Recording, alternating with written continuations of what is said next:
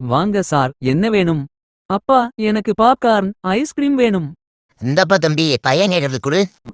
கேசா ஜிபேவா? ஜீப்லாம் என்கிட்ட இல்லப்பா, எக்ஸல் எவிட்டுட்டே தான் இருக்கு.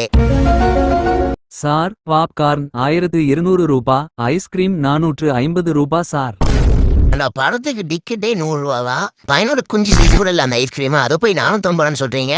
இங்க இதான் சார் ரூல்ஸ். அவ்வளோலாம் கொடுக்க முடியாது. என்னடா இங்க சத்தம்? இவரு காசு கொடுக்க மாட்றாரு. ஒழுங்கா காசு கொடுத்துட்டு போ, இல்லனா நாங்களே புடுங்க வேண்டியதா இருக்கும். 1 week later.